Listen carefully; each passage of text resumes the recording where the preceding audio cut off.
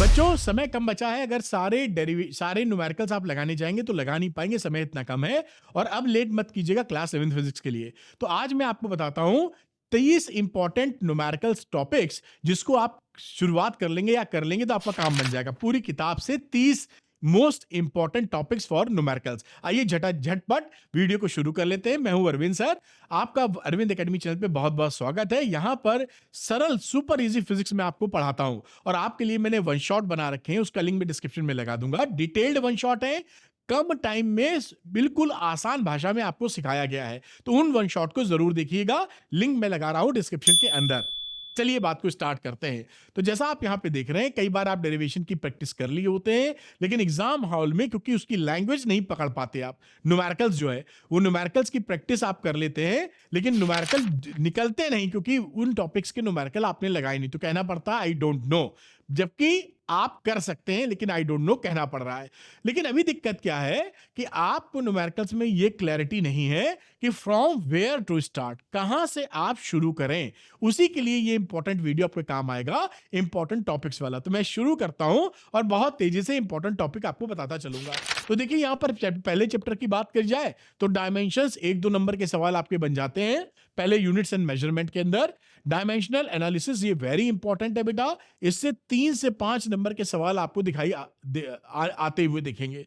Significant figures very important, 1-2-3 number किसी के भी सवाल बन सकते हैं। एक्सट्रीमली इंपॉर्टेंट टॉपिक है, कहीं ना कहीं से क्वेश्चन पहले चैप्टर से आना ही आना है।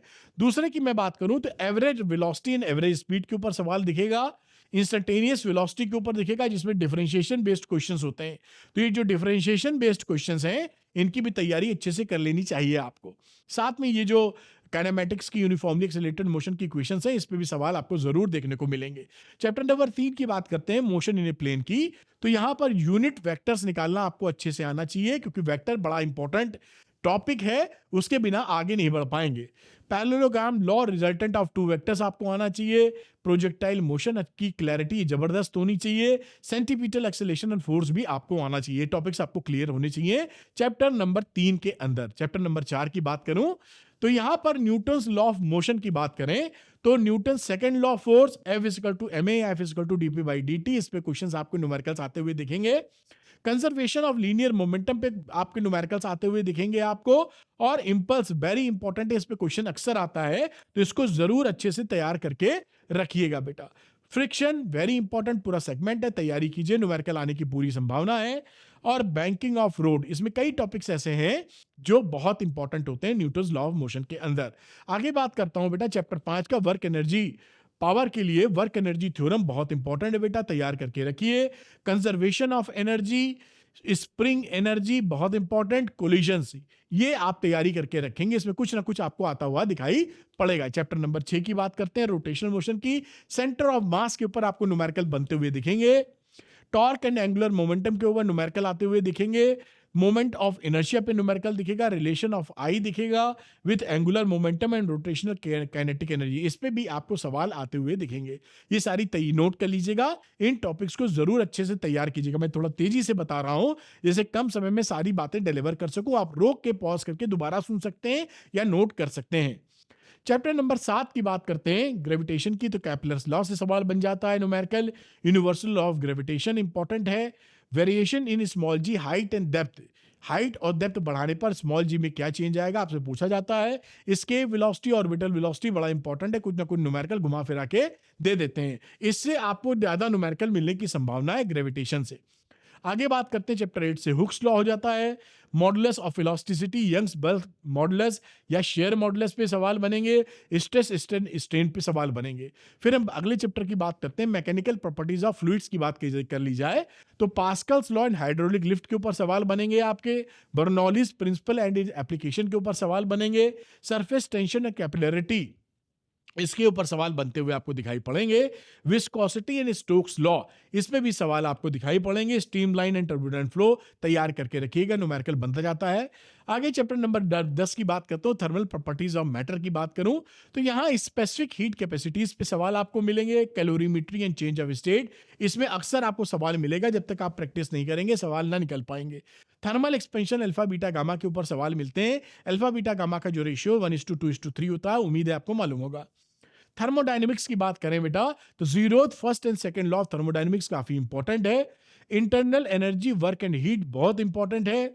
Isothermal and adiabatic processes very very important, इससे सवाल न्यूमेरिकल बनते रहते हैं। आगे बात करते हैं KTG kinetic theory of gases में, तो यहां पर एजम्पशंस ऑफ काइनेटिक थ्योरी, इससे थ्योरी वाला पोर्शन है इससे। फिर डेरिवेशन ऑफ प्रेशर बहुत इंपॉर्टेंट है, जरूर पूछ लिया जाएगा। Relation between temperature and kinetic energy, degrees of freedom और मीन फ्री पाथ, ये बहुत इंपॉर्टेंट टॉपिक है, ये आपको क्लियर होने चाहिए जिससे कि आप सवालों को हैंडल कर सकें। ऑक्सीलेशंस की बात करें तो एसएचएम इक्वेशंस एंड ग्राफ, ये बड़ा इंपॉर्टेंट टॉपिक है।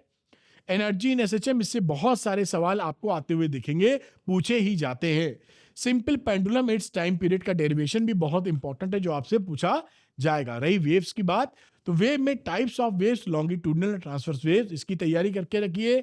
Speed of wave of a string अच्छे से तैयार करके रखिए। न्यूटन्स लॉ एंड लॉपलॉस करेक्शन भी आपको अच्छे से आना चाहिए। Standing waves in string and air columns भी आपकी लगनी चाहिए। और साथ में जिस सारी टॉपिक को आप तैयार कीजिए, और जैसा मैं आपको बता रहा था कि वन शॉट, मैंने आपके लिए वन शॉट वीडियो बनाए हैं जो कि डिटेल्ड हैं एंड इजी हैं, जो कि डिटेल्ड है बेटा डेरिवेशन के साथ, और सुपर इजी है, लेस टाइम में सुपर इजी है और बहुत कम समय लगने वाला है। इसका जो लिंक है इन वन शॉट वीडियो का, वो मैं आपको डिस्क्रिप्शन में लगा रहा हूं, प्लेलिस्ट का लिंक। आप अपने हिसाब से पूरी प्लेलिस्ट फॉलो कर सकते हैं अगर तैयारी आपको शुरू से लेकर अंत तक के चैप्टर की करनी है। आपको सरल भाषा में मिलेंगे सारे वन शॉट वीडियो, सारी चीज कवर होगी। मुश्किल से एक वन शॉट जो होगा वो 1.5 घंटे के आसपास का है, बहुत ही जल्दी स्पीडी आप कर पाएंगे। तो जरूर इसका बेनिफिट उठाइए, क्योंकि और किसी का वन शॉट देखेंगे लेंदी हो सकता है और आसान भाषा या एक्सप्लेनेशन डिफिकल्ट हो सकता है। मेरे साथ एडवांटेज क्या है कि आपको चीजें सरल लगेंगी और पूरी चीज आप अच्छे से कर पाएंगे। अब कुछ और इंपॉर्टेंट इंफॉर्मेशन, ये द्रोणा 1.0 है। इस कोर्स के अंदर आपको पूरे लेक्चर्स के, सिलेबस के लेक्चर्स के वीडियो लेक्चर्स मिल जाते हैं। साथ में जो एनसीईआरटी एग्जांपल्स या एनसीईआरटी एक्सरसाइज है उसके सारे वीडियोस मिल जाएंगे। पूरी किताब क्लास 11 फिजिक्स की जो है वो सॉल्व है वीडियो फॉर्मेट में, जिससे आप आसानी से उसको समझ सकते हैं सुपर इजी लैंग्वेज में। तो द्रोणा 1.0 वहां आपकी मदद करता है। दूसरी मैं बात करता हूं 11th एनसीईआरटी निश्चय, तो ये फोकस करता है एनसीईआरटी पर। एनसीईआरटी में जो एक्सरसाइज वीडियोस है या एग्जाम्पल है उन सब का वीडियो फॉर्मेट में पूरा सोल्यूशन यहां पर आपको प्रोवाइड किया गया है। और अगर ये लेते हैं तो इसके अंदर तो एनसीईआरटी निश्चय मिल ही जाएगा आपको। ये सुपर स्ट्रॉन्ग कोर्सेज है, ऐसा एक्सप्लेनेशन है कि आपके समझ में भी आएगा, कंफर्टेबल भी रहेंगे और कॉन्सेप्ट भी पकड़ लेंगे। तो जो बच्चे द्रोणा 1.0 या एनसीईआरटी निश्चय लेना चाहते हैं वो अरविंद एकेडमी ऐप को डाउनलोड कर लीजिए। इसको डाउनलोड करने के बाद इसके स्टोर सेक्शन में जाइएगा, वहां द्रोणा 1.0 और 11th एनसीईआरटी निश्चय दिखेगा। जो भी सुटेबल कोर्स हो आप लेकर अपनी पढ़ाई को आगे बढ़ा सकते हैं। Thank you very much, wish you all the best.